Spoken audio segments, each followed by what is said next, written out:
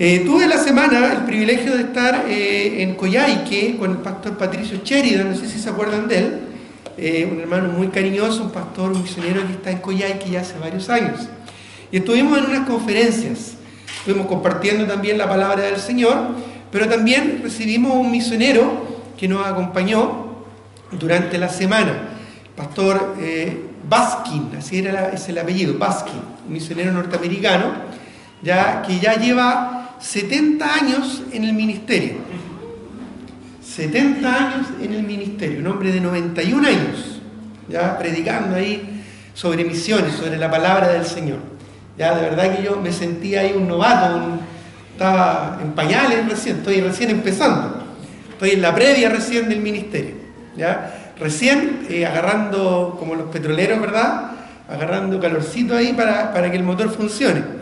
Con 70 años de ministerio, imagínense todas las experiencias y todas las cosas que nos compartían. Bueno, él estuvo ya como soldado en la guerra de Vietnam, después ya fue enviado a combate a Corea, la guerra de Corea, y después él regresó a Corea, pero como misionero. ¿Ya? Y él estuvo muchos años ahí en Corea como misionero, después también estuvo en África, en Tailandia, en varios lugares. ¿Ya? Estuvo también ingresando Biblias y predicando de manera clandestina posteriormente también allá en Vietnam. Ya nos contaba ahí de pasadizos secretos por donde él se metía. No, tiene una cantidad de experiencias, pero impresionante, ¿ya? Y apuntando siempre, ¿verdad?, a la importancia, bien digo, de involucrarse en la obra misionera, darse cuenta que Dios está obrando y Él va a obrar y se va a glorificar en su obra. Con nosotros o sin nosotros, el Señor se va a glorificar. ¿Ya? Qué lindo es que cada uno de nosotros como creyentes, como iglesia, tengamos la visión de poder involucrarnos en la obra del Señor, en la obra del ministerio. Ya, el Señor lo está haciendo y lo va a hacer. Él está procurando su gloria. Y nosotros como iglesia, como creyentes, podemos escoger si es que somos parte de ese movimiento, de ese avivamiento que el Señor está desarrollando a nivel global, o nos mantenemos al margen, en cuyo caso, como señala, ¿verdad?, en el libro de Apocalipsis, nuestro candelero, nuestro testimonio se va a apagar. Es impresionante ver, ¿verdad?, lo que el Señor está haciendo y escuchar testimonios de vida.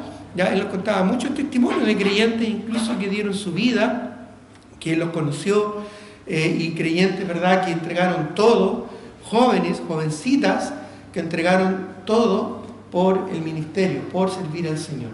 Entonces realmente un tremendo desafío. De hecho, Él no nos compartió tantas cosas nuevas, tanta profundidad de conocimiento nuevo. Ya muchas cosas que Él compartía son cosas que nosotros ya sabíamos como pastores que estábamos en estas conferencias.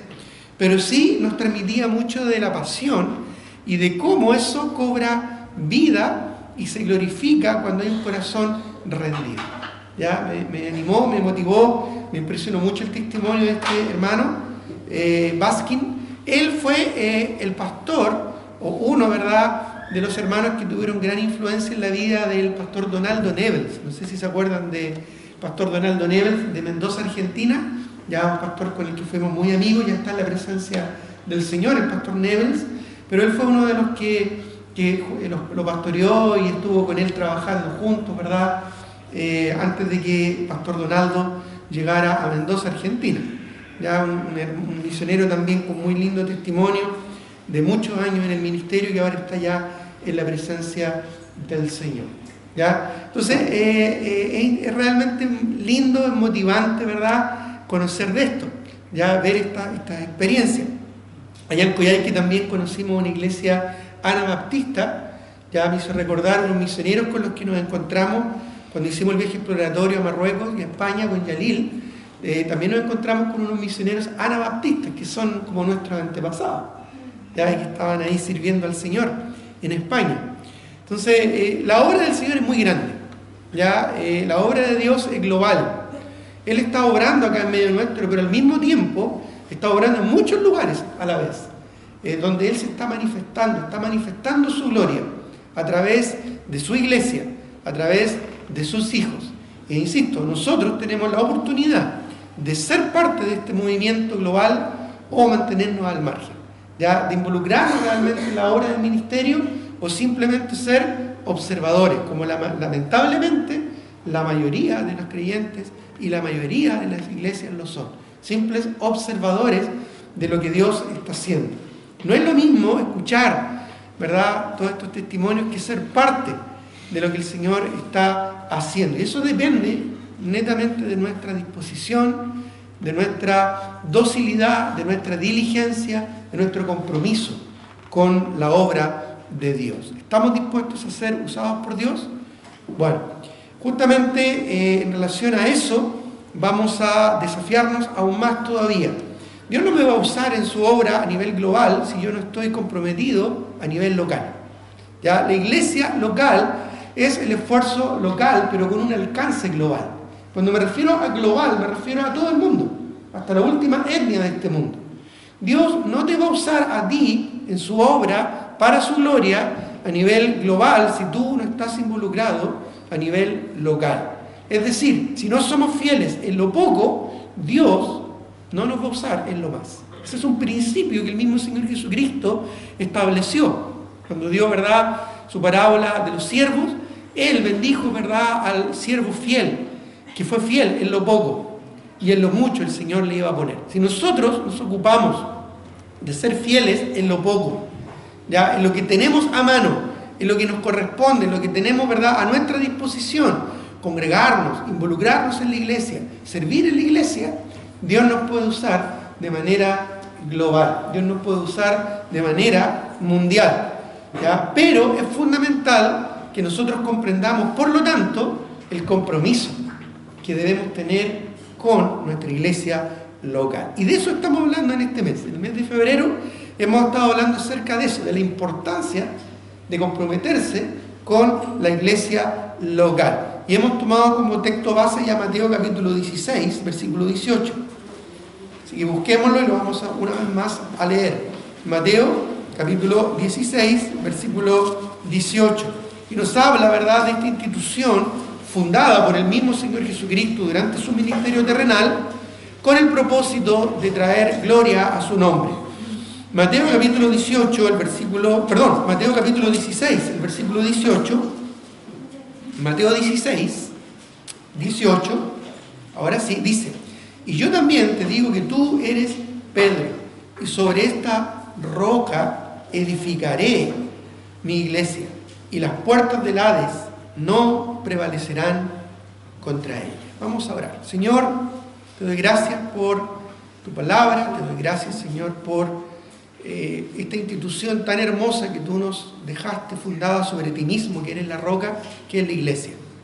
Ayúdanos a entender y a comprometernos, Señor, y ayúdanos a ser parte de lo que tú estás haciendo para tu gloria. Te lo pedimos, te lo rogamos en el nombre de Jesús. Amén. Muy bien. Como les contaba, ¿verdad?, este misionero que nos compartía la palabra, él nos contó de que una iglesia allá en Estados Unidos pequeña, que recibió una gran ofrenda de una persona de mucho dinero, ya de un empresario, y construyeron un templo muy grande. ¿Ya? La iglesia era pequeña en cantidad, pero el templo, ¿verdad?, que construyeron muy, muy grande, en pleno centro de una ciudad importante ya en Estados Unidos. Entonces, los hermanos de esta iglesia llamaron al seminario donde justamente estaba enseñando este hermano, el pastor Baskin, para que enviaran jóvenes a desarrollar un programa evangelístico para traer almas a Cristo, ¿ya? Y bueno, y eso hicieron. Entonces hicieron un programa, ¿verdad?, muy intenso, y llegaron muchas personas llegaron a la iglesia. Tanto así que la iglesia, los poquitos que eran de la iglesia, se sintieron incómodos, no les gustó esto, porque llegaba mucha gente. Entonces los hermanos, ¿verdad?, llegaban, eso ocurre allá en Estados Unidos, no ocurre acá. Llegaban a la iglesia, ¿verdad?, y se enojaban porque habían otras personas que no conocían ocupando sus asientos. Claro, porque era su asiento, ¿verdad? Y uno está acostumbrado a venir a la iglesia y a sentarse ¿dónde? En el asiento regalón, donde uno siempre se sienta. Ya no sé por qué siempre uno escoge los asientos de más atrás, ¿verdad? Ahí está como más cómodo, ve todo más en perspectiva. Y los hermanos se molestaron con este seminario porque le vinieron a revolucionar el gallinero, como decimos en buen chileno. ¿Ya? Pero ¿sabes qué? Gracias a ese ministerio muchos siervos del Señor se convirtieron. Entre ellos, el que yo les mencioné, el pastor Donald Nevels. Ya, yo no conocía esa historia. Yo conocí al pastor Nevels por muchos años. Fuimos muy amigos. Él siempre viajaba de Mendoza para acá, nos invitaba para allá a predicar. Y tuvimos un lindo compañerismo por mucho tiempo. Ahora está en la presencia del Señor. Su esposa, la esposa del pastor Nevels, después ya de un tiempo que enviudó, se casó con el pastor Bill Smith, otro misionero que también había enviudado, ¿ya? Y juntos ahora están sirviendo al Señor, ¿ya? De hecho, este misionero, Baskin, también él enviudó hace muchos años y se volvió a casar a los 86 años, se volvió a casar con otra esposa de misionero que también había enviudado, ¿ya? Que también está sirviendo al Señor. Pero, ¿por qué? ¿Para qué? Bueno, para seguir sirviendo al Señor. Impresionante, un hombre de 91 años predicando, ¿verdad? Ya no predica quizás con toda la euforia, el poder y la potencia de un joven, pero aún hablando pausado, ¿verdad? Y despacio, impacta el corazón de los siervos del Señor que pudimos escucharle. Y él hace esto a sus 91 años en distintas partes del mundo. Él viaja regularmente a muchas partes del mundo, por eso es que junto con su esposa ahí se apoyan mutuamente. Ya su esposa es un poquito más joven, le apoya, le ayuda muchísimo. Un hombre de 91 años. Entonces, si estás pensando en jubilarte, ya tienes ya una vara muy alta, ¿verdad?, que alcanzar. Imagínate, 91 años predicando en todo el mundo el Evangelio. ¿Ya? Nosotros llegamos de Coyhaique un poquito cansados del viaje y todo, ni me imagino a este hermano viajando por todo el mundo, ¿verdad? Viajando por todo el mundo, en los aeropuertos, en las estaciones, ¿verdad? Alojando en diferentes lugares. Nos queda todavía mucho por recorrer. Como dije, estamos recién empezando. Pero es interesante cómo las historias se van conectando. ¿Ya? Cómo las historias se van conectando y cómo el Señor sigue adelante con su obra y con el ministerio. Ya la esposa del pastor Nevels, de allá de Mendoza que les comentaba, la hermana Lucy, está un tanto enferma. Todos los años ella y su esposo, el pastor Bill Smith, vienen a predicar a los pastores. Ya este año no van a venir por la enfermedad de la hermana Lucy, de su esposa, porque está un poco enferma. Ya así que oremos por ella. ¿Ya? Pero igual va a haber el campamento de pastores y entre los mismos pastores ahí vamos a estar supliendo el púlpito. Ya vamos a estar haciendo ahí cachipún a ver quién predica. Como de todos esos predicadores no va a salir alguien que predique.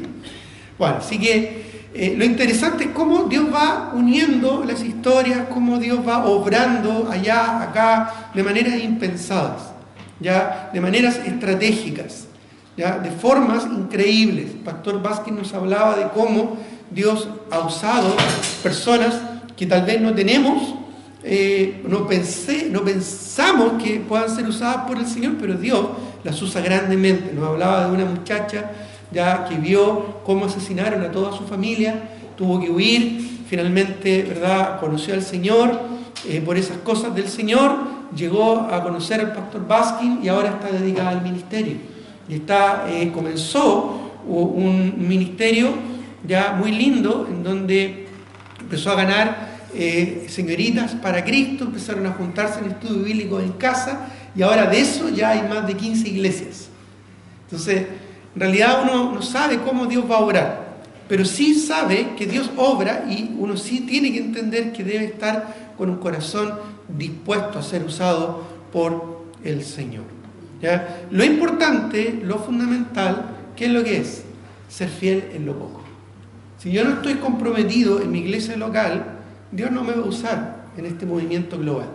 Si yo no soy fiel en lo poco, en lo que me corresponde a mi responsabilidad inmediata, Dios no va a usarme para su gloria. Porque Dios no usa a aquellos que están desocupados o que no están haciendo nada. Dios usa a aquellos que ya están comprometidos, aquellos que ya son fieles en lo poco. El Señor, cuando escogió al rey David, lo escogió porque era un buen pastor. Él podía matar a un oso, podía matar a un león para proteger al rebaño. Y eso es lo que el Señor necesitaba, así que a él lo llamó. Y así, a cada uno de los que Dios usó grandemente en su obra, fue porque estaban ocupados haciendo lo correcto, haciendo bien su trabajo. Pedro y Andrés eran buenos pescadores. Ya ellos tuvieron que dejar todo para seguir al Señor. Pero ellos no es que estaban desocupados, no es que estaban sin hacer nada. Ellos ya estaban haciendo el trabajo, y bien hecho. Ya probablemente tenían su propia barca, tenían su propia empresa, pero el Señor de ahí los llamó. Y les dijo, ok, ustedes están haciendo un buen trabajo siendo pescadores de peces. Ahora quiero transformarlos en pescadores de hombres. Así que el énfasis, ¿verdad?, siempre es el mismo. Ser fieles en lo poco. Ya Dios está obrando a nivel mundial, a nivel global. Y para que nosotros seamos parte de esa obra, de ese movimiento global, tenemos que estar comprometidos a nivel local. Tenemos que estar comprometidos con nuestra iglesia. No basta solamente venir y asistir. El compromiso debe ser un compromiso mayor. Ya hemos establecido a través de algunos domingos, ¿verdad?, lo que implica una iglesia local. Ya dijimos que implica localidad, es decir, un lugar definido, ya sea temporal, ya sea un lugar que va de un lugar a otro, es decir, itinerante, pero siempre un lugar donde creyentes se reúnen para glorificar y obedecer a Dios. Luego, visibilidad. Una de las características fundamentales de una iglesia es la visibilidad, porque somos luz en este mundo. Dice la Biblia que una ciudad asentada sobre un monte no se puede esconder. Alumbra a todos los que están ahí en el valle. Ya, una luz no se pone debajo de un cajón, sino sobre el almud, dice, para que alumbre a todos los que están en casa. Apocalipsis habla de las iglesias de Asia Menor en términos de candeleros. Y esos son los candeleros. Y dice que Dios se pasea entre medio de los candeleros, encendiendo esta luz, ¿verdad?, de testimonio del Evangelio. Incluso advierte con una solemne maldición: si una iglesia no se compromete en el servicio del Señor, Dios mismo va a apagar ese candelero. Se va a apagar el candelero del testimonio, de la luz. Una iglesia aún clandestina siempre está dando testimonio, siempre está haciendo que otras personas se conviertan, siempre está haciendo que otros lleguen, ¿verdad?, al conocimiento de la salvación. Aún escondiéndose, la iglesia impacta el corazón y la vida, incluso de aquellos que les están persiguiendo, incluso de aquellos que están, ¿verdad?, tratando de destruirles. Por eso es que una iglesia requiere visibilidad, requiere testimonio. Una iglesia simplemente que pase desadvertida, desapercibida en su comunidad o en su entorno, no está cumpliendo el propósito que Dios tiene. Por eso es que cada creyente en su entorno, en su trabajo, en la universidad, en el colegio, en el vecindario, debemos estar siendo luz y dando testimonio. Otro aspecto es la organización. Ya, Dios no es un Dios de desorden, es un Dios de orden. Dios creó el universo para que funcionara de manera armónica, ya, de manera increíble, ¿verdad?, cómo funciona aún nuestro propio organismo. Bueno, no es extrañar entonces que Dios, cuando establece y funda su iglesia, lo hace también de esta forma, dándole una vida orgánica. Nosotros no somos una organización, somos un organismo. El organismo requiere funcionalidad, requiere propósito, requiere un sistema que le permita crecer, que le permita desarrollarse. Ya no funcionamos de manera mecánica, sino más bien funcionamos como un cuerpo, cuya cabeza es Cristo. Y esto requiere vida. A veces el cuerpo pasa periodos que se enferma, ¿verdad?, y requiere ser fortalecido. Pero también el cuerpo logra grandes cosas porque avanza conforme a la vida que Dios le da. Esta organización que Dios delegó en la iglesia es bastante sencilla y bastante simple. Ya simplemente requiere hombres y mujeres comprometidos con ella, ya que estén dispuestos a cada uno a cumplir su función. Como dice Efesios 4, no lo busquen, dice que crecemos, ¿verdad?, con la actividad propia de cada miembro, la cual recibe su crecimiento para ir edificándose en amor. La actividad propia de cada miembro, cada uno hace su parte, cada uno cumple su función. No todos hacen lo mismo, ¿verdad? No todos hacen el mismo trabajo, pero todo lo que hacemos, todo el trabajo, grande o pequeño, visible o no visible, siempre es para que el cuerpo funcione para la gloria del Señor. Y también implica propósito. Nuestro propósito siempre es la gloria del Señor. ¿Ya? Siempre es darle la gloria al Señor. ¿Y cómo es glorificado el Padre? Bueno, según Juan capítulo 15, dando fruto, dando más fruto, dando mucho fruto, y que ese fruto permanezca.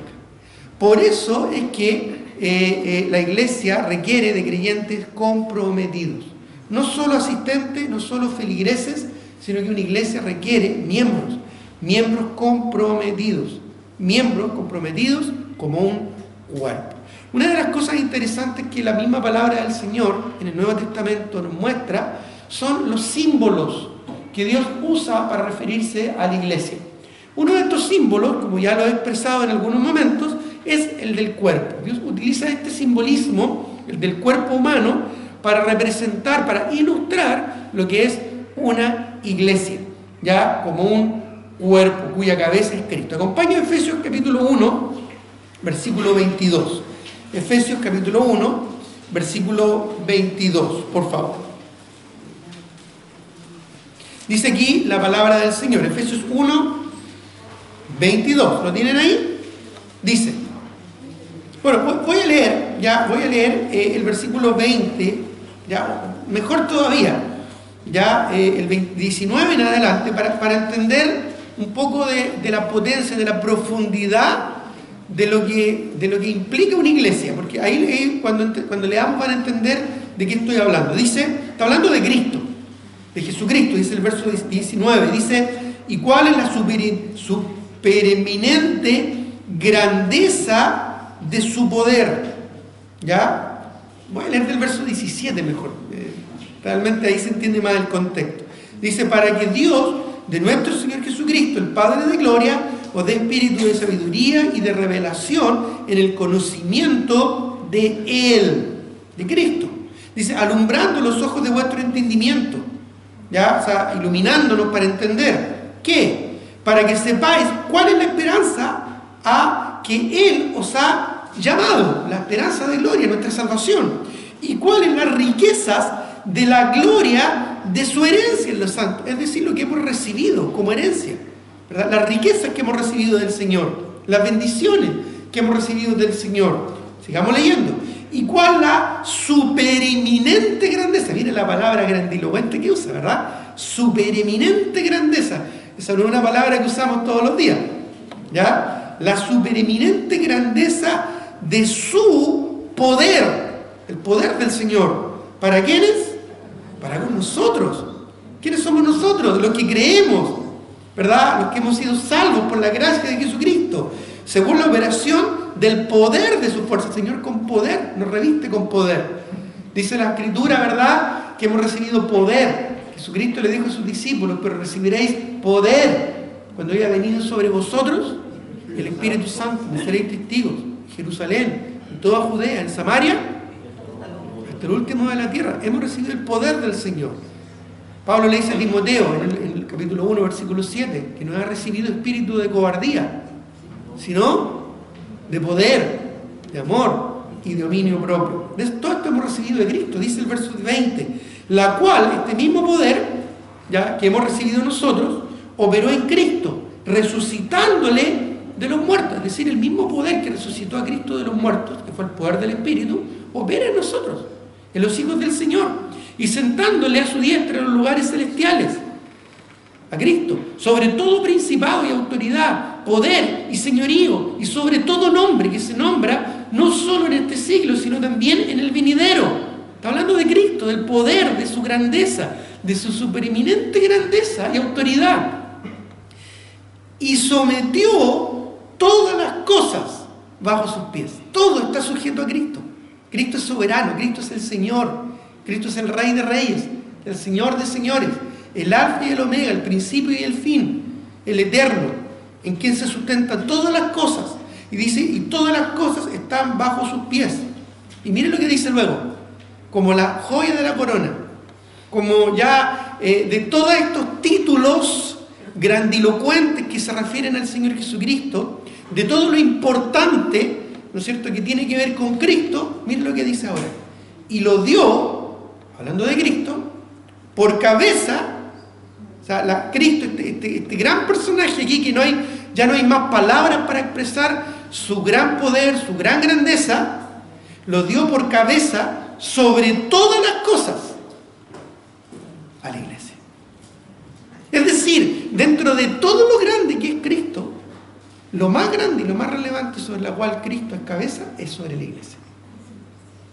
O sea, más importante incluso, escucha esto, más importante que la creación del universo, más importante que las galaxias, es la iglesia. Porque sobre todas las cosas Cristo está sobre ella. Sobre todas las cosas, su rol principal, su autoridad principal es ser cabeza de la iglesia. Esto no encuentro palabras para expresar cuán importante, por lo tanto, es la iglesia. Y cuando hablo iglesia, y quiero insistir en esto, siempre estoy hablando de la iglesia en su sentido institucional. Puede ser esta iglesia, puede ser otra iglesia en otro lugar, más allá, en otro país, con otro nombre, da lo mismo el nombre. Iglesias que realmente enseñen y prediquen la palabra del Señor y estén sujetas y sometidas a la palabra de Dios. Iglesias que glorifiquen a Dios y que sean realmente testimonio de Cristo en su comunidad. El cuerpo de Cristo donde sea que éste se manifieste. Dice, sometió todas las cosas bajo sus pies y lo dio por cabeza sobre todas las cosas a la iglesia. Miren lo que dice luego, la cual es su cuerpo. La plenitud de aquel que todo lo llena en todo. Ni la presidencia ni los organismos internacionales son tan importantes y tan relevantes como lo es la iglesia para el Señor Jesucristo. ¿Escuchaste eso? No hay nada más grande ni más importante como institución humana en este mundo que no sea la iglesia. Todo lo demás viene después en cuanto a importancia, en cuanto a relevancia. Porque esta importancia no tiene que ver con la iglesia en sí, no tiene que ver con nosotros. No se trata simplemente de que una iglesia sea más grande, con más recursos, o más bonita, o con más habilidades, o con más alcance. No se trata de la cualidad de cada iglesia, se trata de la cualidad de la cabeza que es de la iglesia. La importancia no la damos nosotros.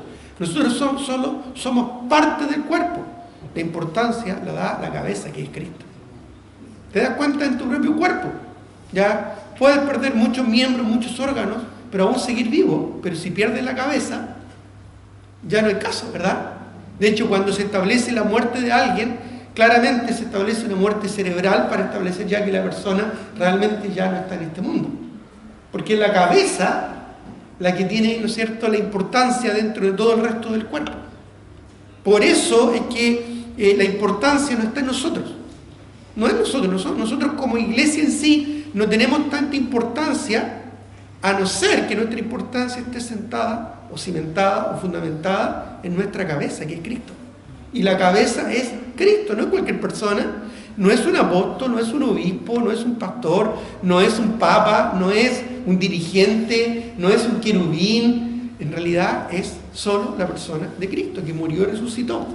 Por lo tanto, cada iglesia local, por más grande, por más pequeña que sea, por más desarrollada, por más rica en recursos o por más carente, ¿verdad?, en recursos, cada iglesia es el cuerpo de Cristo y tiene una importancia realmente relevante y fundamental. Pero para que esto realmente sea así, requiere de que nosotros realmente entendamos esta importancia y nos comprometamos en ella. Miren lo que dice Efesios 2, 14 al 16. Estamos ahí mismo.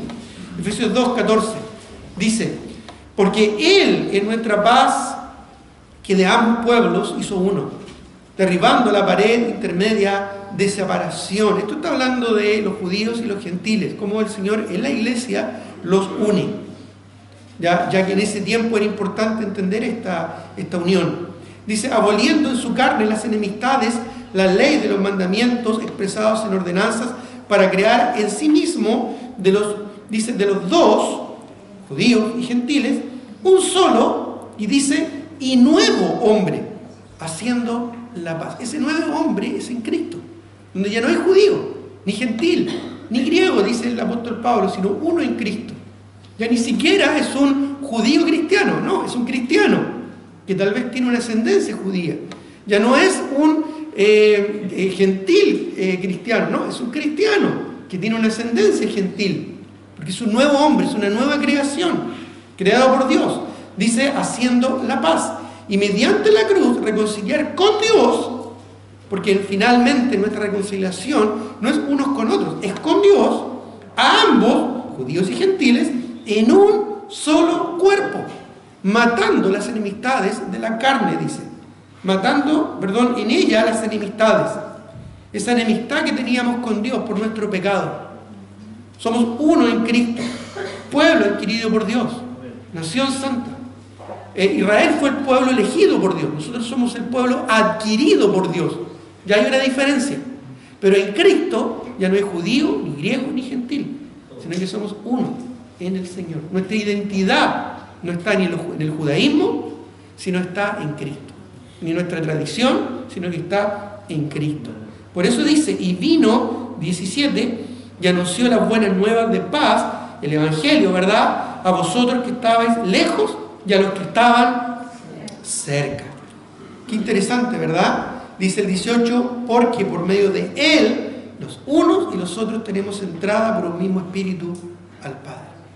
No importa si es judío, gentil, griego, esclavo, libre, somos uno en Cristo, uno en el Señor y parte del cuerpo que es la iglesia. Mire lo que dice Efesios 4, 11 al 16. Lo leíamos también el domingo pasado, 4, 11. Y él mismo, hablando de Cristo, en cuanto a los dones de Cristo, que ya explicamos que son distintos a los dones del Espíritu, dice, y él mismo, Cristo, constituyó a unos apóstoles y a otros profetas. Ya, oficios que ya se terminaron una vez completado el canon del Nuevo Testamento.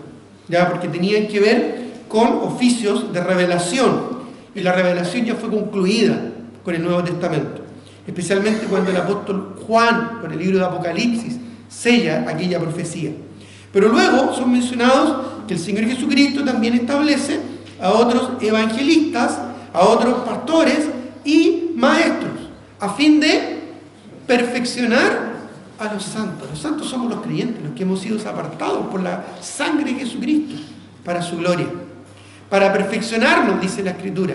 El liderazgo está puesto en una iglesia y estamos puestos en una iglesia para ser perfeccionados. No para ser entretenidos, no para ser animados, no para ser motivados, sino para ser perfeccionados. Esto muchas veces implica dolor, esto muchas veces implica sufrimiento, esto muchas veces implica angustia, de ver cómo Dios va sacando aquellas cosas de nuestra vida que no están bien y que no se parecen a Cristo, y añadiendo cosas que tienen que ver con la personalidad de Cristo. Dice el versículo, quedamos en el versículo 12, a fin de perfeccionar a los santos para la obra del ministerio, para que todos estemos involucrados en la obra del ministerio, para la edificación, nuevamente usa el término ahí, el concepto, ¿verdad?, la ilustración del cuerpo de Cristo. El cuerpo de Cristo, hasta que todos lleguemos a la unidad de la fe y del conocimiento del Hijo de Dios, a un varón perfecto a la medida de la estatura de la plenitud de Cristo. Para que ya no seamos niños fluctuantes, dice, llevados por doquiera de todo viento de doctrina, por estratagema de hombres que para engañar, dice, emplean con astucia las artimañas del error, sino que siguiendo la verdad. ¿Y qué es la verdad? La verdad es la palabra de Dios, la palabra que Cristo nos dejó. Jesús en su oración en Juan 17 dijo a sus discípulos, en su oración al Padre, santifícalos en tu verdad, tu palabra es verdad. Así que lo que nos relaciona dentro del cuerpo es la palabra del Señor. Por eso dice, siguiendo la verdad en amor, crezcamos en todo, en aquel que es la cabeza, esto es Cristo, de quien todo el cuerpo, bien concertado y unido entre sí. Aquí nos habla del compromiso que nos debemos el uno al otro dentro del cuerpo, que es la iglesia. De quien todo el cuerpo, bien concertado y unido entre sí. No dice solamente de todo el cuerpo reunido, junto. No dice de todo el cuerpo, ¿verdad?, reunido en un lugar. No, está diciendo de un compromiso mayor que simplemente estar. De quien todo el cuerpo bien concertado. Concertado implica, ¿verdad?, que cada uno cumple una función previamente establecida. Un concierto, ¿has escuchado alguna vez un concierto donde hay cientos o decenas de instrumentos, ¿verdad?, todos sonando al mismo tiempo, pero en armonía? Están concertados para que suenen bien. Si cada uno sonara en melodías diferentes, se escucharía ¿qué? Un caos. Pero cuando en un concierto todos funcionan de manera armónica, se concertan para que suene bello. Y luego dice, y unido entre sí, por todas las coyunturas que se ayudan mutuamente. las coyunturas que se ayudan. Tus coyunturas son las que te ayudan a mover tu cuerpo, ¿ya? Tú no podrías mover tus brazos si no fuera por tu codo, ¿verdad? Donde hay una coyuntura que te ayuda, que te une para poder, ¿no es cierto?, mover la mano como la puedas mover, de manera correcta. Dice, las coyunturas que se ayudan mutuamente según la actividad propia, ¿y qué dice aquí? De cada miembro. Ya, yo he escuchado, hermanos, decir de que en una iglesia no debería haber el concepto de membresía, porque no es bíblico. Bueno, es porque no leen su Biblia. Claramente en la Escritura se habla de ser miembro de un cuerpo, de ser parte de un cuerpo. La membresía tiene que ver con el compromiso, con deberes y responsabilidades, con, ¿cómo se dice? Privilegios, ahí está, privilegios y deberes, ¿ya? Nos gustan siempre los privilegios, ¿verdad? Pero no nos gustan los deberes, y ahí está el problema. Dice, según la actividad propia de cada miembro. Y en ese contexto, luego añade, ¿no es cierto?, Pablo, recibe su crecimiento para ir edificándose en amor. Para que una iglesia crezca, ¿ya? Para que una iglesia crezca en su propósito, que no necesariamente es tener mucha gente, sino que es ser una influencia en su entorno local y con un alcance universal. Ese es nuestro propósito. Nuestro propósito es ser testigos hasta el último de la tierra. No solo tener una mega iglesia. El fin en sí mismo no es la iglesia. Muchas iglesias piensan que el fin en sí mismo son ellas. Crecer, crecer, crecer, enriquecerse, enriquecerse, enriquecerse, estructurarse, ¿verdad? Y como si eso fuera el fin en sí mismo. No, el fin de una iglesia básicamente es dar a luz otras iglesias. Dar a luz otros creyentes que se multipliquen hasta lo último de la tierra. ¿Saben qué le pasa a los árboles más productivos? Se mueren. ¿Tú crees que el propósito de una iglesia local es permanecer para siempre? Anda a visitar la iglesia de Éfeso, de Filipo, de Tesalónica, de Corinto. Ya no existen. Pero gracias a esas iglesias estamos nosotros acá. Porque ellos entendieron su propósito de multiplicarse. Una iglesia cuyas puertas del Hades no prevalecerán contra ella, no es una iglesia que va a durar 100 años. Yo he estado en iglesia, ya creo que la iglesia más antigua en la que he estado es una iglesia de 100 años.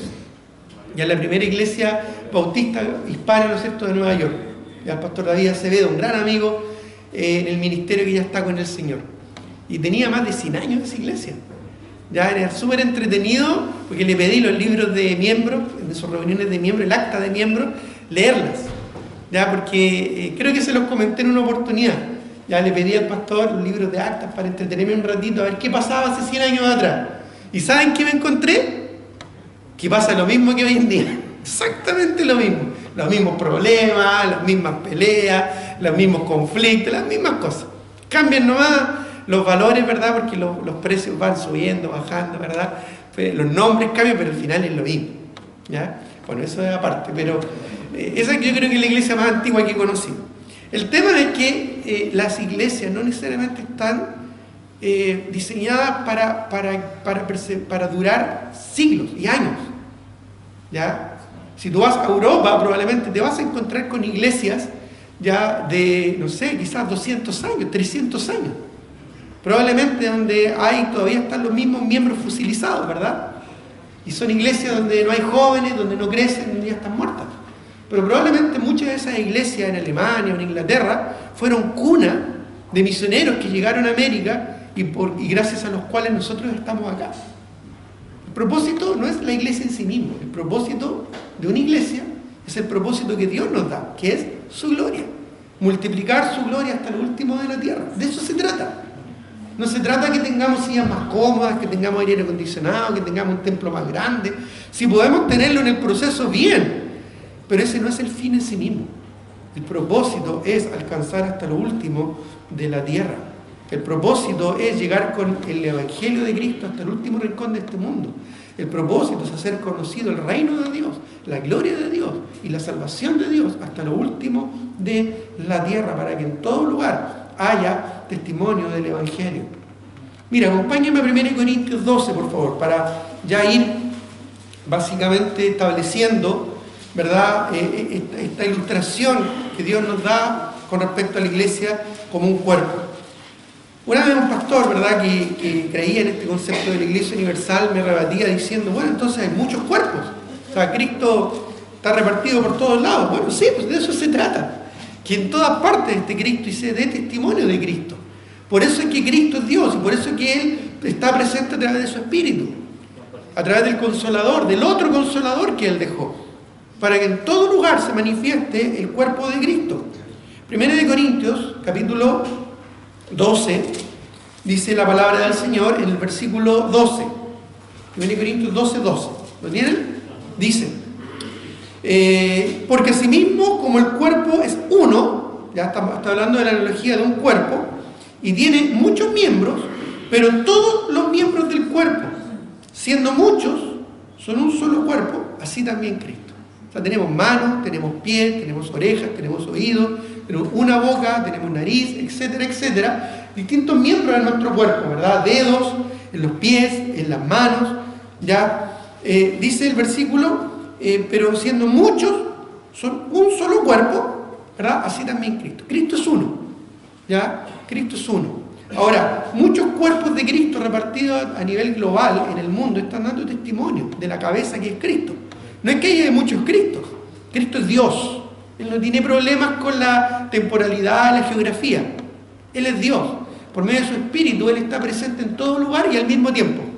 Aquí, y como decimos en buen chileno, no sé si habrá una iglesia en la Quebrada de la Ají. Debería haber una iglesia allá, ¿verdad?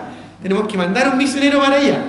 Pero en cualquier lugar, Cristo está presente. Él dijo, donde estoy congregado, donde 2 o 3 congregados en mi nombre, ¿qué dijo Cristo? Ahí estaré yo en medio de ellos. ¿Y eso solo se lo dijo a sus discípulos? Si todos ustedes se juntan, yo voy a estar ahí. No, eso se le dijo a los creyentes, porque a través de su Espíritu Él está presente en todo lugar. Cristo nos dio la gran comisión, me seréis, ¿no es cierto?, id y hacer discípulos a todas las naciones, bautizándonos en el nombre del Padre, del Hijo y del Espíritu Santo, enseñándoles que guarden todas las cosas que yo os he mandado, y aquí yo estoy con vosotros. De vez en cuando me toque ir, no, todos los días, dice, hasta el fin del mundo. Esa es la presencia de Cristo en su iglesia, que es, ¿no es cierto?, su cuerpo. Por eso dice el versículo 12, ¿no es cierto?, un solo cuerpo, así también Cristo. Dice el 13, porque por un solo espíritu fuimos todos bautizados en un cuerpo, sean judíos o griegos, sean esclavos o libres, y a todos se nos dio a beber de un mismo espíritu. Tiene que ver esto con la salvación. Esto tiene que ver con nuestra incorporación en la familia de Dios. Esto tiene que ver con la llenura del Espíritu. A eso se refiere el bautismo. El bautismo del Espíritu tiene que ver con el momento en que tú recibiste a Cristo y el Espíritu vino a morar en ti. Fuiste lleno, fuiste completo en Cristo. Es lo que experimentaron los primeros discípulos en Pentecostés, de manera excepcional, y que después se fue normalizando para que en cada momento que un creyente recibe a Cristo, recibe la morada de Dios en el Espíritu, el bautismo del Espíritu y la presencia de Dios en el Espíritu. Fuimos completamente, ¿no es cierto?, zambullidos en el poder de Dios. Ese Espíritu que prometió Cristo, que nos iba a dar poder para ser testigos en Jerusalén, Judea, Samaria y hasta lo último de la tierra. Ese Espíritu, como dice Efesios, que mora en nosotros. Ese Espíritu, como también dice en Efesios, que habita, que mora en nosotros. Ese Espíritu que son las arras de nuestra herencia, de la posesión adquirida, es decir, nuestra certeza, nuestra seguridad de salvación, que no se pierde porque mora, habita, no como en el Antiguo Testamento, que el Espíritu venía y se iba, sino ahora en forma permanente, morando, habitando, quedándose en la vida de aquellos que conocemos al Señor. Ese es el bautismo del Espíritu. No es una experiencia sobrenatural, ¿verdad?, como algunos piensan, de hablar en lengua o de manifestaciones extraordinarias del Espíritu. Eso es una emoción, pero no es el bautismo del Espíritu. Eso no es una segunda obra de gracia, como presentan algunas iglesias evangélicas. No, es el Espíritu Santo morando en tu vida para darte el poder.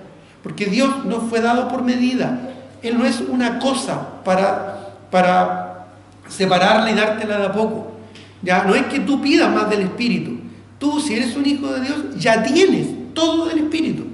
Ahora, lo que se necesita es que el Espíritu tenga más de ti. Que Él tenga más control de tu vida. Pero si tú eres un hijo de Dios, ya el Espíritu Santo mora en tu corazón. Permanentemente y completo. No necesitas buscar y pedir más del Espíritu. La llenura del Espíritu es que el Espíritu tenga más control de ti, de cada área de tu vida. de tus emociones, de tus decisiones, de tus actitudes, de tu carácter, de tu personalidad, que tenga más control de ti. Esa es la llenura del Espíritu. Y eso se manifiesta porque el Espíritu ya moró en tu vida y te bautizó. Esa experiencia en común, el bautismo del Espíritu, nos une al Señor. Esa presencia del Espíritu nos une a Cristo.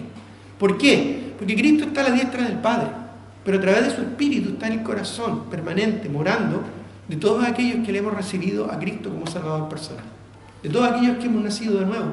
Es lo que Jesús le trataba de explicar a Nicodemo.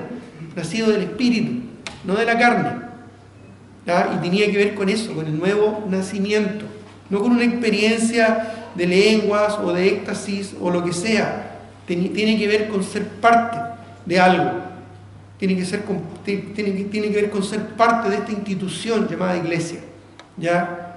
Es como cuando una persona está casada. Esa persona es un casado, es una casada. Es una persona que está casada porque ha contraído matrimonio. Está casado porque ha contraído matrimonio con alguien. Pero ese casado no es esposo de cualquier mujer. Tiene su mujer con la que se casó. No existe algo así como un esposo universal que le haga a todas las esposas, ¿verdad? No. Eso sería una aberración. No existe tal caso como, ¿verdad?, una esposa universal o hijos universales. Eso no ocurre. Cada matrimonio es local, porque ahí funciona, ahí se manifiesta el concepto de la institución. Es exactamente lo mismo. La iglesia en singular es un cuerpo, es el cuerpo de Cristo. Es esa institución sagrada, soberana, que está en formación hasta su culminación, cuando estemos todos juntos en la presencia del Señor después del rapto. Ahí, previo al tribunal de Cristo, vamos a estar todos alabando y adorando al Señor juntos, judíos, gentiles, de todas las eras, de todas las edades. Ahí vamos a estar con Pablo, con Lucas, vamos a conocer a Esteban, vamos a conocer a todos los que fueron parte del ministerio de Cristo. Vamos a conocer a Moody, vamos a conocer a Spurgeon, vamos a conocer a Juan Bunyan, vamos a conocer a miles de creyentes a lo largo de la historia que han honrado y glorificado el nombre del Señor. Y vamos a estar todos juntos. Todos juntos. No van a haber distinciones denominacionales, ¿verdad?, o nombres extraños de iglesias. No, vamos a estar todos juntos porque hemos nacido de nuevo. Bueno, ahora, el ser parte de esta institución implica ser parte de una iglesia local. No funciona de otra manera. No funciona de otra manera. Yo no soy un hombre casado si no estoy casado con alguien. ¿Se entiende, verdad? Yo puedo tener un anillo de matrimonio, pero no estar casado. O puedo no tener un anillo porque se me perdió, ¿verdad? Pero estar casado. Bueno, la institución del matrimonio, dependiente si tengo o no tengo un anillo, si es visible o no, ahí está. Y se manifiesta en matrimonios individuales. No en matrimonios generales o universales o invisibles. Por lo tanto, un creyente que llega a Cristo, necesariamente para cumplir el plan de Dios en su vida y el plan que Dios estableció para alcanzar el mundo para Cristo, necesariamente debe añadirse a una iglesia local. No es opción. Si tú vienes, ¿verdad?, de otra iglesia local y nos estás acompañando, bienvenido. Pero tu primera responsabilidad siempre es con tu iglesia. Es bueno cuando uno va de vacaciones, está afuera, visitar otras iglesias. Yo siempre ustedes saben, viajo harto, visito otras iglesias, me invitan a predicar, a enseñar, pero siempre es un gozo para mí volver a mi iglesia local. Es como volver al hogar. Tú sales, estás en otro lado, te atienden muy bien, pero siempre quieres volver a tu casa, ¿verdad? Echas de menos tu colchón, tu almohada, tu ambiente. Bueno, siempre un creyente debe estar relacionado con su iglesia local. Andar de iglesia en iglesia, buscando el mejor lugar donde se sientan mejor, más cómodo, eso no está bien. Eso es como recorrer, ¿no es cierto?, distintos restaurantes sin pagar la cuenta. No, necesitamos comprometernos, involucrarnos con nuestra iglesia local. No importa si es más grande o es más pequeña. No importa si el predicador es más elocuente o más rústico. Si tu iglesia estás en un lugar donde fuiste puesto en una iglesia, sirva al Señor con todo lo que tienes. Porque ya sea la forma que tenga la iglesia, es el cuerpo de Cristo. Hay iglesias, lo hemos compartido, iglesias que son muy precarias. Yo estaba en iglesias que básicamente debajo de un árbol. Es el templo, por decirlo así. ¿Y dónde nos juntamos? Debajo de un árbol. Allá en Paraguay, me acuerdo. Y cada uno traía su silla al hombro. La ponían ahí y venía, ¿no es cierto?, el pastor con su púlpito y lo ponía ahí, ¿verdad? Y ahí funcionaba la iglesia. Genial, ya a la sombra de un tremendo árbol. Pero también he conocido iglesias muy lujosas, con ascensor, ¿verdad?, con buses de acercamiento de los estacionamientos al templo, ya iglesias muy, muy grandes. Pero no importa el porte, no importa la forma, lo precario, si son piso de tabla o si es mármol, lo importante son las personas que se reúnen. ¿Para qué? Para hacer el cuerpo de Cristo, para hacer la obra del ministerio. Ahí está la clave, hacer la obra del ministerio. Si un grupo de creyentes se une ya para alabar a Dios en un concierto, eso no es una iglesia, es un concierto. Si un grupo de creyentes se reúne para una confraternidad, es una confraternidad de iglesias. Es como un retiro de matrimonio, una cosa así. Pero si los creyentes en su iglesia local se reúnen para glorificar a Dios y para funcionar conforme al cuerpo de Cristo, son una iglesia, para la gloria de Cristo, como un cuerpo que tiene un propósito, que es notorio, que ocupa un lugar en esta tierra. El Señor lo hizo así, el Señor lo planificó así. El Señor no se preocupó cuando vino a esta tierra, ¿no es cierto?, que ya hubiera tecnología para enviar por mail o por WhatsApp, enviar su evangelio. No, el Señor no usa a nosotros. Quiere que nosotros vayamos, sostengamos, apoyemos, enviemos misioneros. El Señor quiere que de nuestra iglesia surjan, ¿verdad?, miembros que vayan a fundar otras iglesias y se multipliquen en otras iglesias. De eso se trata. Como familias tienen que multiplicarse, fructificar y llenar la tierra, iglesias tienen que fructificar, multiplicarse y llenar la tierra. Llegar hasta lo último de la tierra y hacer discípulos a todas las naciones. Cada discípulos de Cristo que hemos formado y hemos enviado y estamos sosteniendo, ¿verdad?, en todos lados, en Corea, en Japón, en Vietnam, en Siria, en Afganistán, en Perú, en donde sea, ser discípulos de Cristo y multiplicar, que se multiplique el Evangelio hasta lo último de la tierra. Para eso somos parte nosotros, para apoyar, para enviar o para ir incluso, para ir a la obra del ministerio. Un chiquillo, un jovencito de 9 años, allá en las conferencias, ¿verdad?, el hijo de un pastor, le preguntaban, ¿ya? ¿Y tú qué quieres hacer cuando grande? No, yo quiero ser misionero a Nueva York. Misionero a Nueva York. ¿Y por qué quieres ser misionero a Nueva York? Porque hay muchos jóvenes allá que están perdidos. Y era un niño de 9 años, un poroto de 9 años. Le dijo yo, bueno, algún día vas a llegar a ser un misionero. No, yo voy a ir como misionero, pero yo ya soy misionero. ¿Por qué? Le dijo. Sí, porque en todo lugar que voy, siempre ando contratado y comparto el evangelio a quien se me ponga por delante. Y no lo puedo resistir, es como algo que sale de mí. Y era rico escucharlo ese poroto de 9 años, que en cualquier lugar que estuviera, él estaba compartiendo el evangelio. Él ya era un misionero. Algún día solamente iba a ser un misionero en Nueva York, o quizás donde el Señor lo quiere usar. El lugar en sí es irrelevante, porque al final Dios te va a poner donde Él quiera. Necesidad hay en todos lados, incluso en las ciudades de pueblos más evangelizados hay necesidad, pero también hay lugares no alcanzados donde se necesita el testimonio. Y el cuerpo, que es la iglesia, es la estructura, el fundamento, la unidad, el cuerpo, es el organismo por medio del cual el mundo necesita conocer a Cristo. La obra de las misiones tiene que fundarse, tiene que establecerse. El plan de Dios para la misión mundial no son las agencias misioneras.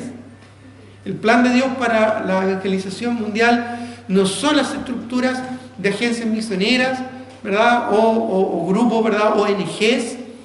No, eso no es el plan de Dios. Eso es útil cumpliendo un rol dentro del proceso, conectándote, llevándote, dándote estabilidad, un seguro, algo así.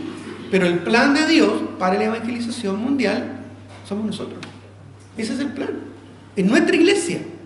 Bueno, todas las iglesias, pero lo estoy haciendo más personal. Nosotros, hermanos, tenemos esa responsabilidad. Tú y yo tenemos la responsabilidad como Iglesia Bíblica Bautista de Viña del Mar, de Alcalde Prieto 0471, de llegar hasta el último de la tierra. Esto no es delegable. Qué bueno que otros participen y se involucren, y gloria al Señor, porque hay muchos que lo están haciendo. Y Dios se está manifestando, pero somos nosotros los que tenemos el desafío y la responsabilidad. No nos saquemos el poncho, hermano. Es nuestra responsabilidad. No nos desliguemos ni nos lavemos las manos como Pilato. Es nuestra responsabilidad. A nosotros nos llamó a ser parte de este movimiento de evangelismo y de misiones hasta el último de la tierra. Nosotros tenemos que enviar misioneros. Ya hacía la pregunta ahí en un momento el misionero Baskin, ¿ya? ¿Quién está dispuesto a preparar a sus hijos para que vayan al campo misionero? Para que vayan a estos lugares como Laos, como Camboya, como Siria, como Afganistán, como Turquía, como en China, como Corea. ¿Quién está dispuesto a preparar a sus hijos? Porque quizás ya estás viejito, ¿verdad? Ya las fuerzas no te acompañan, pero ¿quién está dispuesto a preparar a sus hijos? Y después hizo una invitación. Y un montón de padres pasaron adelante con sus hijos pequeños para consagrarlos al Señor. Eso no era solo una presentación de niños, eso no solo era consagrarlos al Señor, era consagrarlos a la obra del ministerio, a las misiones. Eso fue lo mismo que hizo Abraham, hace más de, ¿cuánto? Quizás 4.000 años atrás, cuando llevó a Isaac a ser sacrificado al monte Moriah, porque Dios le dijo que lo sacrificara. Es lo mismo, entregarlo al altar del Señor, porque es muy probable que alguno de esos niños el día de mañana muera por causa del Evangelio. Le corten la cabeza, lo asesinen, lo quemen, como hoy en día está sucediendo en muchos lugares donde hay persecución. ¿Estarías tú dispuesto a sacrificar a tu hijo? ¿O sacrificarte tú con eso? Si ni siquiera lo traemos, ¿verdad?, en las reuniones entre semana para que no se resfríen, o tan temprano porque están muy mocosos, ¿verdad? Increíble, ¿verdad? Ahí uno se da cuenta que en realidad, si no somos fieles en lo poco, Dios no nos va a usar en lo mucho. Tiene que ver con un compromiso, con una entrega, con una dedicación. La iglesia es el cuerpo de Cristo para cumplir un propósito. ¿Ya? Estamos unidos a Cristo. La iglesia no tiene vida en sí misma, no es el fin de la iglesia tener vida en sí misma, porque si una iglesia tiene vida en sí misma, pero sin estar unida a la cabeza que es Cristo, es como la iglesia de la Odisea, que ellos se creían ricos y que no tenían necesidad de nada, pero el Señor les dijo que no saben que eran unos desventurados, miserables, pobres, ciegos y desnudos. Tanto así que dice que Cristo está a la puerta de la iglesia llamando. Y si alguno oye su voz y abre la puerta, dice: entraré a él y cenaré con él y él conmigo. Puede existir una iglesia sin Cristo. Una iglesia que deja de lado el señorío de Cristo. Una iglesia que solo Cristo es un objeto religioso. Y eso ocurre en muchas iglesias. Realmente cada iglesia solo tiene vida porque está unida a la cabeza vivificante que es Cristo. Por eso es que no somos una organización. Somos un organismo. Un organismo. Cada iglesia está unida a la cabeza que es Cristo en una vital relación, así como el cuerpo humano está unido a la cabeza, a su cabeza, para poder subsistir. En la mente de Dios, todas las iglesias son un cuerpo en un sentido institucional y genérico. Es lo que Él estableció, la institución que Él fundó aquí en esta tierra. Porque cada iglesia está unida a la cabeza vivificante, que es Cristo. Esto es unidad vivificante. Y la unidad orgánica y funcional de un cuerpo solo es aplicable a cada iglesia local. Mire lo que dice 1 Corintios 12, estamos ahí, el versículo 1. 1 Corintios 12:1 dice: no quiero, hermanos, que ignoréis acerca de los dones espirituales. Habla de los dones, ¿verdad? Y la función de cada uno en el cuerpo. Versículo 4. Ahora bien, hay diversidad de dones, pero el Espíritu es el mismo. Y hay diversidad de ministerios, pero el Señor es el mismo. Y hay diversidad de operaciones, pero Dios, que hace todas las cosas en todos, es el mismo. Y en ese tiempo, como no estaba escrito el Nuevo Testamento, todavía había muchos dones de señales, como hablar en lenguas, como profecía, como sanación y como milagro, que ya después cesaron cuando llegó el Nuevo Testamento. No fueron necesarias porque fue para consolidar el ministerio de los apóstoles, la nueva institución, que era la iglesia, y la nueva revelación, que era el Nuevo Testamento. Cuando eso se concluyó, ya con el último apóstol vivo, que fue Juan, allá que murió el año 95, 96, después de Cristo, en Patmos, según se cree, ahí cesaron estos dones de manifestación. Y continuaron un montón de otros dones más, que sí quedaron, porque tenían que ver con dones de transmisión, de compartir, de enseñanza. Predicación, enseñanza, servicio y dones relacionados con el servicio. ¿Ya? Pero miren lo que dice el versículo 14. Dice: además el cuerpo no es un solo miembro, sino muchos. Si dijera el pie, porque no soy mano, no soy del cuerpo, por eso no será del cuerpo. Si dijera la oreja, no soy ojo, entonces no soy del cuerpo, por eso no será del cuerpo. Ahora, puede que la oreja quiera ser ojo, pero la oreja fue puesta como oreja, no como ojo. Entonces hay un sentido también de contentamiento, ¿no es cierto?, y sumisión. Ahora, si todo el cuerpo fuese ojo, imagínate que todo fuese ojo, tendríamos que rodar, ¿no es cierto? ¿Ya? ¿Dónde estaría el oído? Y si todo fuera oído, ya imagínate una pura oreja. No iríamos a ninguna parte, ¿verdad? ¿Dónde estaría el olfato? Más ahora Dios ha colocado los miembros, cada uno de ellos, en el cuerpo como a cada uno le gusta. No, dice, como Él quiso. Él nos pone a nosotros porque nos conoce. Dios te conoce mejor de lo que te conoces a ti mismo. Porque si todos fueran un solo miembro, ¿dónde estaría el cuerpo? Pero ahora, ¿qué dice? Son muchos los miembros. Son muchos los miembros. Insisto en esta palabra. Miembros es una palabra bíblica que implica compromiso y unidad y funcionalidad. Un miembro que no funciona en tu cuerpo, ¿ya?, se atrofia. Se atrofia. Si tú dejas de usar uno de tus miembros, imagínate que dejas de usar uno de tus miembros, o por alguna enfermedad falla uno de tus miembros, como el oído, por ejemplo, mi oído izquierdo, ya falla y ya no escucho. ¿Qué pasa? Se atrofia. Se atrofia. No es el plan, no es lo normal que debe ocurrir. Cada miembro debe estar involucrado, debe estar haciendo algo, no importa si es poco o es mucho. No es relevante. De repente pensamos que hay ciertas cosas que son más importantes que otras y no lo son. No lo son. Para Dios, tan importante como predicar desde el púlpito es el que está acomodando a la gente o limpiando los baños. Tan importante como el que está haciendo clase en una escuela dominical en este mismo momento para que los niños no nos distraigan acá, ¿verdad? Tan importante como eso es el que llega temprano para animar a los hermanos. O el que durante la semana va a visitar para motivar al hermano que está débil o está desanimado. O el que manda un WhatsApp con un mensaje, ¿verdad?, bíblico para motivar a los suyos. Cada miembro cumple una función. Cada miembro cumple una función. Pero ahora dice, son muchos los miembros, dice el versículo 20, pero el cuerpo es uno solo. Ni el ojo puede decir a la mano, no te necesito, ni tampoco la cabeza a los pies, no tengo necesidad de vosotros. Antes bien, todos los miembros del cuerpo que parecen más débiles son los más necesarios muchas veces. Son los más necesarios. Y aquellos del cuerpo que nos parecen menos dignos, a estos vestimos más dignamente. Y los que nosotros son menos decorosos, se tratan con más decoro. Porque cada miembro cumple una función estratégica.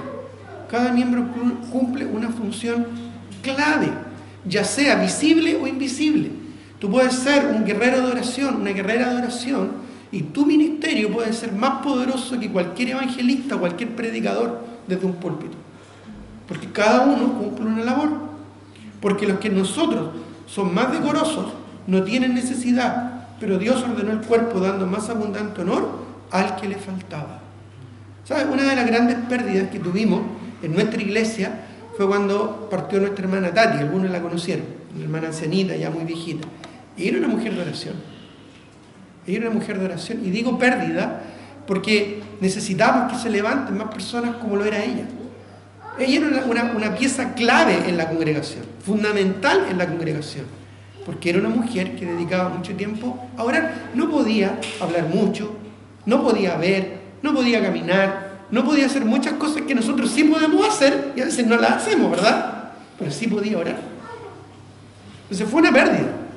Espero que Dios levante otras hermanas, mujeres como ella, mujeres de oración, hombres de oración.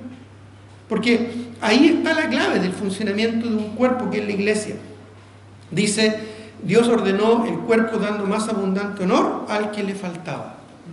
Para que no haya desaveniencia en el cuerpo, sino que los miembros todos se preocupen los unos de los otros. Hay una cooperación, ¿verdad? Hay cooperación. Yo para lavarme la cara necesito las dos manos. Bueno, puedo lavarme con una, pero no es lo mismo, ¿verdad? Ya con las dos manos uno se lava mucho mejor la cara. Bueno, por eso se requiere la cooperación. De manera que si un miembro padece, todos los miembros se duelen con él. Y si un miembro recibe honra, todos los miembros con él se gozan. Y ahí está el compromiso. Ahí está la unidad. Ahí está la relación unos con otros. Pues vosotros sois el cuerpo de Cristo y miembros cada uno en particular. ¿Te das cuenta? Tal vez en la oreja no va a llorar, pero sí va a escuchar. ¿Te das cuenta? Tal vez, ¿verdad?, la nariz ahí no va a ver el problema, pero sí va a oler qué se necesita o qué falta. ¿Te das cuenta? Tal vez la cabeza no va a ir, pero sí va a tener a los pies que lo van a llevar. Ahí está la interdependencia mutua de cada uno del cuerpo. Y lo más tremendo de lo que vemos acá, dice el versículo 26, al final del versículo 26 dice: si un miembro recibe honra, todos los miembros con él se gozan. Qué hermoso es cuando no solo, ¿verdad? Porque a veces pensamos en términos, cuando un miembro recibe honra, todos se gozan. Ah, recibió una herencia el hermano. Oh, todos nos gozamos con el hermano. ¿Ya? Y ojalá que tiemble. No, por hermano. No se trata de eso. ¿Cuál es la honra más grande que un creyente puede tener? Multiplicar, fructificar y multiplicarse. Ganar almas para Cristo. Ser usado por Dios. Ese, hermano, es la mayor honra que un creyente puede recibir. Ser usado por Dios. Si eres usado por Dios, recibes honra. Es una honra tremenda ser usado por Dios. Dios pudo usar un burro en el Antiguo Testamento, no nos va a poder usar a nosotros. Pero si el Señor nos usa, seamos burros o seamos caballos de batalla, gloria al Señor, porque Él nos usó. De eso se trata, hermano. De eso se trata, ser usado por Dios. Y si un miembro recibe honra, es decir, es usado para la gloria del Señor, todos los demás se gozan. Dice el versículo 27, por favor, leámoslo todos juntos. Dice: vosotros, pues, sois el cuerpo de Cristo y miembros, cada uno en particular. Esto Pablo se lo dijo a la iglesia de Corinto. Pero esto se aplica en forma indirecta a todas las iglesias que aman y siguen al Señor. Vosotros, ustedes, les dijo a los de Corinto. Y lo dijo porque efectivamente había algunas divisiones en la iglesia de Corinto. Unos seguían a Pablo, otros a Cefas, ¿verdad? Otros a Apolos. Y estaban ahí medio carnales los hermanos de Corinto. ¿Ya? Entonces Pablo por eso les dice: ustedes son el cuerpo de Cristo. Quizás la iglesia de Corinto no era la iglesia más bonita, quizás no era la más espiritual, quizás no era la más agradable, pero era la iglesia de Cristo, el cuerpo de Cristo. Le dice Pablo: ustedes son el cuerpo de Cristo y cada uno de vosotros miembros, cada uno en particular. Y eso lo dice a cada iglesia cuya cabeza es Cristo. Por lo tanto, esto también nos lo dice a nosotros, el Señor. Nosotros, pues, somos el cuerpo de Cristo y miembros, cada uno en particular. Vivamos entonces conforme a esa realidad, conforme a esa verdad, y ajustémonos a ese propósito que el Señor tiene por medio nuestro. Tengamos un momento de oración. Señor, te doy gracias por tu palabra. Te agradezco porque a través de ella, Señor, somos animados, pero también a veces somos redarguidos. A veces, Señor, tu palabra nos motiva y a veces, Señor, también nos desafía. Señor, nos has dejado una gran motivación, pero también